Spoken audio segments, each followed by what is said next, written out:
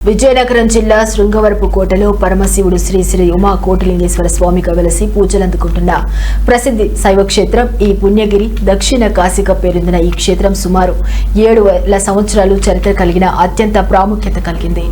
పాండవులు అజ్ఞాతవాసం చేసిన కాలంలో ధర్మరాజు ఈ క్షేత్రంలో పూజలు నిర్వహించేవాడని ప్రసిద్ధి. ప్రస్తుతం పూజలు అందుకుంటున్న శివలింగం నుంచి 6 అడుగుల కింద భాగంలో స్వయంభుగా వెలిసిన పాలరాయి శివలింగం నంది వెలిశాయి.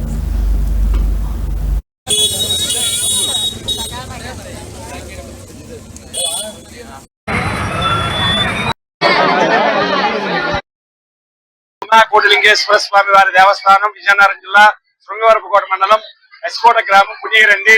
మనం చూస్తున్న స్వామివారి క్రిందన పాలరాతి నందీశ్వర శివలింగం కూడా స్వయంభూగా వెలిశాయి. అవి భూ గర్భంలో ఉన్నాయి, తీయడం కుదరలేదు కాబట్టి దానిపైన దీన్ని కాశీ నుంచి తెచ్చి ప్రతిష్టాపన చేశారండి.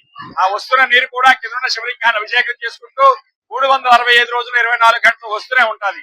ఆ నీరు ఎక్కడి నుంచి వస్తుందో ఎవరికీ తెలియదు.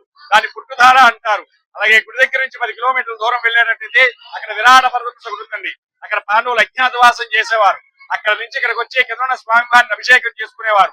గుడి దగ్గర నుంచి మనకి కొంచెం కిందకి వచ్చేటట్టయితే అక్కడ త్రినాథ స్వామి గృహం అని చెప్పేసి ఒకటి ఉంటుంది.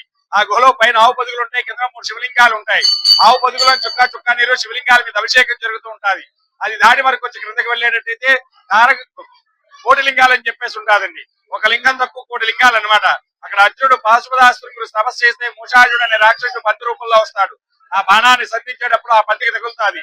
ఆ పంది శివశివ అనగానే కైలాసోడు శివుడు వృక్షమయ్యి ఇక్కడ ఎవరైనా చనిపోయిన వాళ్ళ హస్తికలు కానీ కలిపితే కైలాసానికి చేరుతాయని చెప్పి వరవిస్తారు. అందుకని అక్కడ హస్తికలు కలుపుతూ ఉంటారు. హస్తికలు కలిపిన కొన్ని రోజులకి సున్నరాల కింద తయారవుతాయి. అది దాటి వరకు వచ్చి క్రిందకి వెళ్ళేటట్టయితే ధారగంగ లోయనిస్తుందండి. ఆ లోలో వచ్చి కాశీకి వెళ్లే త్రోవ ఉండేది. 100 సంవత్సరాల క్రితం నారాయణ స్వామీజీ ఇక్కడ నుంచి కాశీకి వెళ్లి అక్కడ నుంచి జలం తెచ్చుకుని కింద స్వామి వారిని అభిషేకం చేసుకునేవారు. స్వామివారికి ఉన్న ప్రత్యేకత ఏమిటంటే